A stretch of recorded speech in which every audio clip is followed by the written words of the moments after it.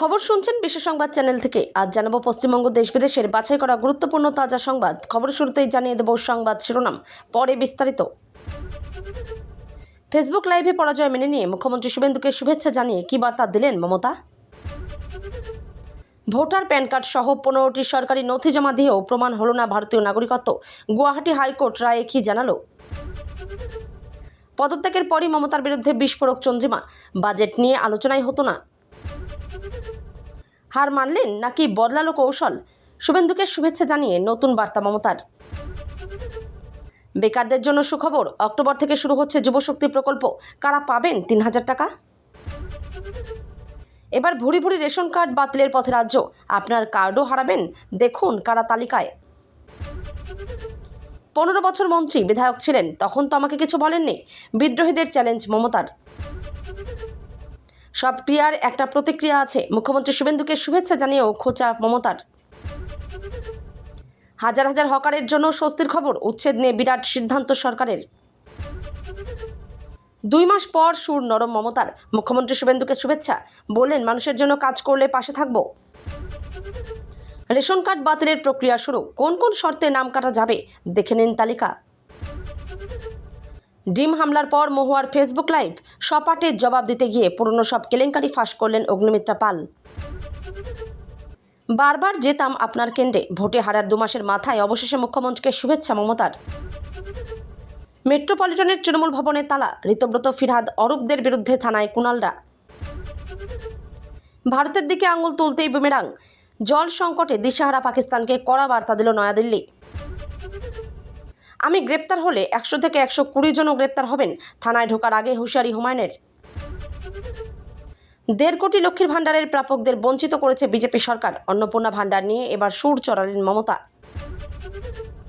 স্ট্যাটাসে রিজেক্টেড দেখে রাতের ঘুম উড়েছে, অন্নপূর্ণা যোজনার টাকা পাওয়ার দরজা কিন্তু এখনও বন্ধ হয়নি, জানুন আসল উপায়।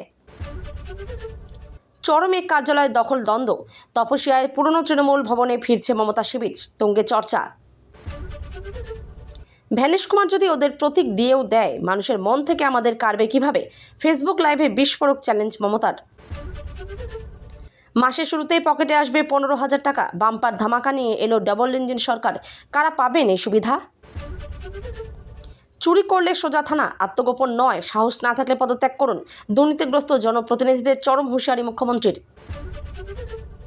আমাকে কেউ আক্রমণ করলে আমি তাদের উদ্দেশ্যে রসগোল্লা ছুড়ব না, পুলিশি জেরার পরও ঝাঁঝালো উত্তর দিলেন হুমায়ুন।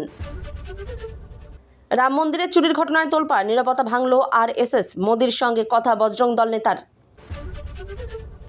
সরকারের শনিবার রবিবার নেই, সরকার মানে 24x7, উত্তরকন্যায় বড় বার্তা শুভেন্দুর। বাংলাদেশ মায়ানমারের ওপর ভর করে ভারতের পূর্ব সীমান্তে অতি তৎপরতা চীনের, কি পরিকল্পনা দিল্লির? এতক্ষণ শুনছিলেন সংবাদ শিরোনাম, এখন আসছি বিস্তারিত খবরে। 26 বিধানসভা নির্বাচনে তৃণমূল কংগ্রেসের অভাবনীয় ভরাডুবির পর তৎকালীন মুখ্যমন্ত্রী মমতা বন্দ্যোপাধ্যায় স্পষ্ট জানিয়ে দিয়েছিলেন, এই ফলাফল তিনি কোনোভাবেই মেনে নিচ্ছেন না। তিনি নিজে হারেননি, এই দাবিতে অনড় থেকে তিনি মুখ্যমন্ত্রী পদ থেকে ইস্তফা দিতে রাজভবনেও যাননি। তবে এরপর কেটে গিয়েছে দীর্ঘ 2 মাস।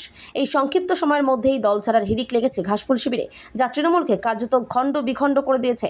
দলের এই চরম ভাঙনের আবহে অবশেষে নিজের রাজনৈতিক অবস্থান বদল করে পরাজয় স্বীকার করে নিলেন মমতা বন্দ্যোপাধ্যায়।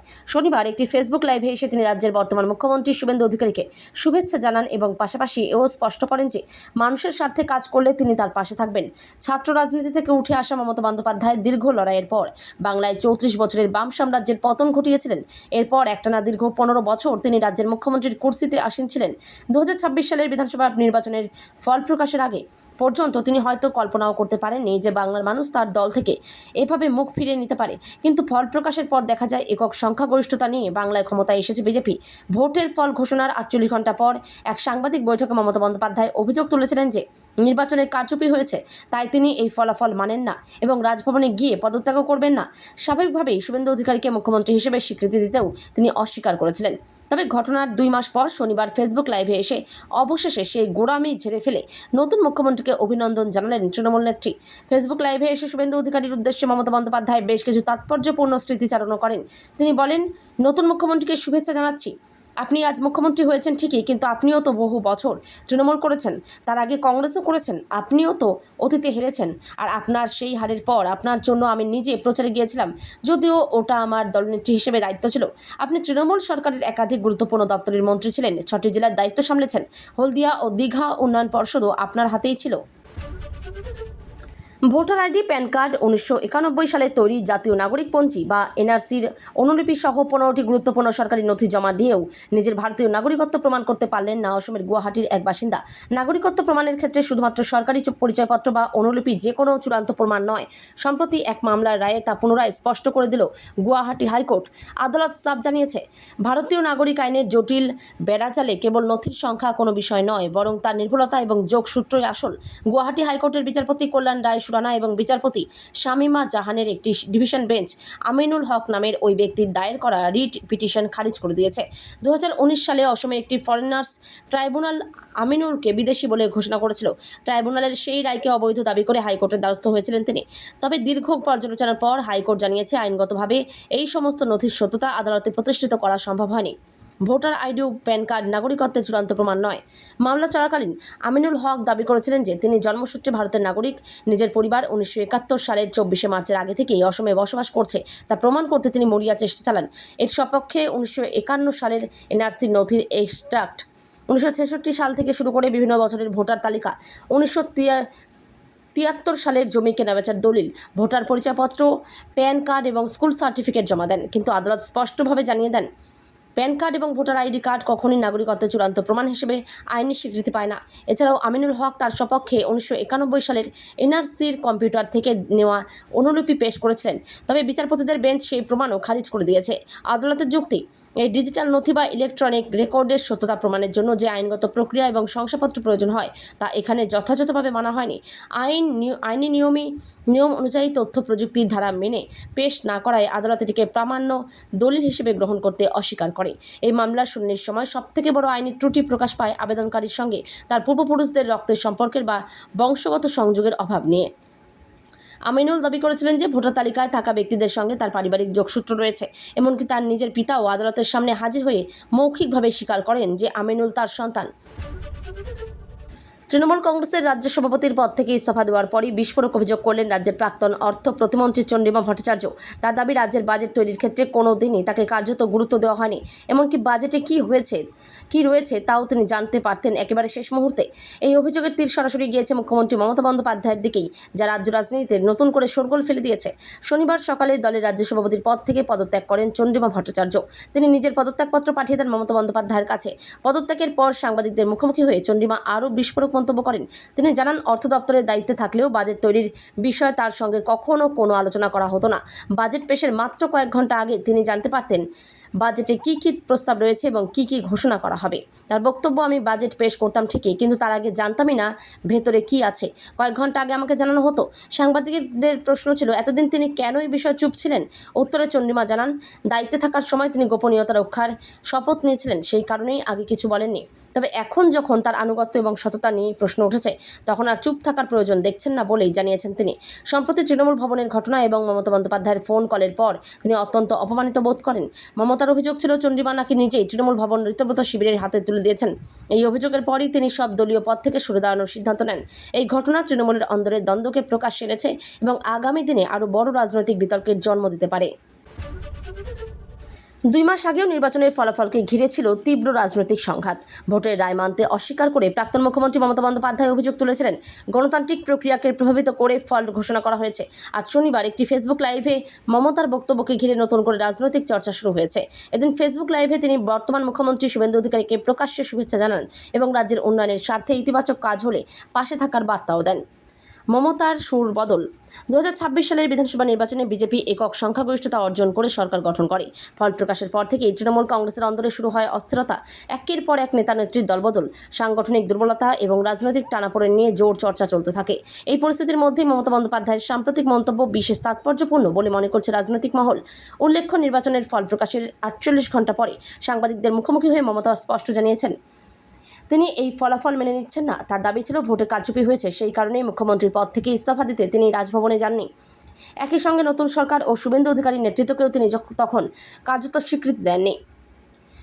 শনিবারের ফেসবুক লাইভে অবশ্য তার বক্তব্যে ভিন্ন সুর ধরা পড়ে। শুভেন্দু অধিকারী রাজনৈতিক অতীতের প্রসঙ্গ তুলে তিনি বলেন, নতুন মুখ্যমন্ত্রীকে শুভেচ্ছা জানাচ্ছি। মুখ্যমন্ত্রী হয়েছেন ঠিকই, কিন্তু আপনিও তৃণমূল করেছেন বহু বছর, আগে কংগ্রেসও করেছেন, তবে আপনিও হেরেছেন।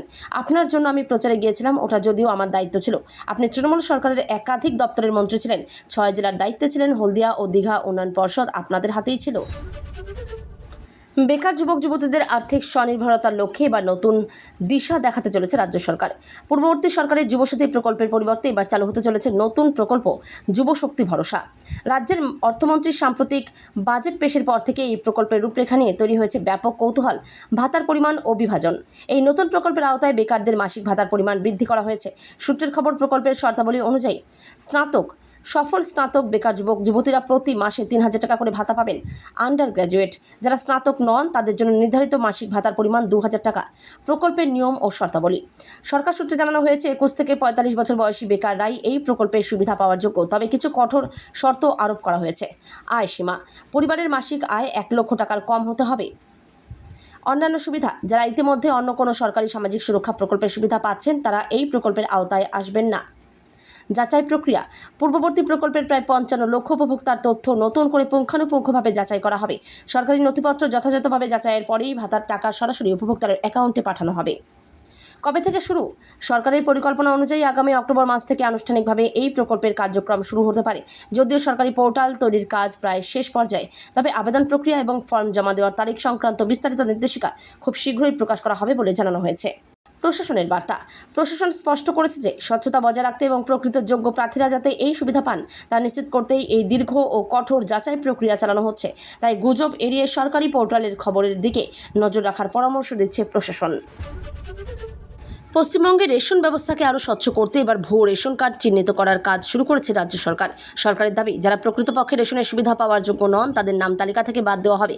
সেই কারণেই বিভিন্ন জেলার রেশন কার্ডের তথ্য খতিয়ে দেখার পাশাপাশি সন্দেহভাজন কার্ডগুলির ক্ষেত্রে সরাসরি যাচাইয়ের কাজও শুরু হয়েছে। রেশন কার্ড যাচাই অভিযান। রাজ্যে বর্তমানে রেশন সুবিধা পান বিপুল সংখ্যক মানুষ। 2025 সালের হিসেব অনুযায়ী পশ্চিমবঙ্গে মোট রেশন প্রাপকের সংখ্যা 8 কোটি 67,13,432 জন। এই বিপুল সংখ্যক উপভোক্তাকে বিভিন্ন শ্রেণীতে ভাগ করা হয়েছে। এর মধ্যে রয়েছে AAY, PHH, SPHH এবং RKSY বিভাগ। প্রত্যেক শ্রেণীর জন্য খাদ্যশস্য বরাদ্দের পরিমাণও আলাদা। তবে সরকারের দাবি, এই বিশাল তালিকার মধ্যে এমন কিছু নাম রয়েছে যারা প্রকৃত উপভোক্তা নন। তাই তালিকাকে আরও নির্ভুল করতে ভুয়ো কার্ড শনাক্ত করার উদ্যোগ নেওয়া হয়েছে। মুখ্যমন্ত্রী শুভেন্দু অধিকারীও স্পষ্টভাবে জানিয়েছেন, রেশনের সুবিধা শুধুমাত্র যোগ্য ব্যক্তিদের কাছেই পৌঁছানো নিশ্চিত করতে হবে। কারা পড়তে পারেন বাতিলের তালিকায়? খাদ্য দপ্তর সূত্রে জানা গেছে, ভুয়ো কার্ড চিহ্নিত করার জন্য কয়েকটি বিষয়কে বিশেষ গুরুত্ব দেওয়া হচ্ছে। প্রথমত, যারা ভারতের নাগরিক নন অথচ রেশন কার্ড ব্যবহার করছেন বলে সন্দেহ রয়েছে তাদের তথ্য খতিয়ে দেখা হবে। এই ক্ষেত্রে ভোটার তালিকার তথ্য যাচাই প্রক্রিয়ায় কাজে লাগানো হতে পারে। এছাড়া এমন অনেক কার্ডও নজরে এসেছে যেগুলি সাধারণ নিয়মের তুলনায় অনেক বেশি বয়সে তৈরি হয়েছে। এই ধরনের কার্ডগুলির নথি ও তথ্য পুনরায় পরীক্ষা করা হবে।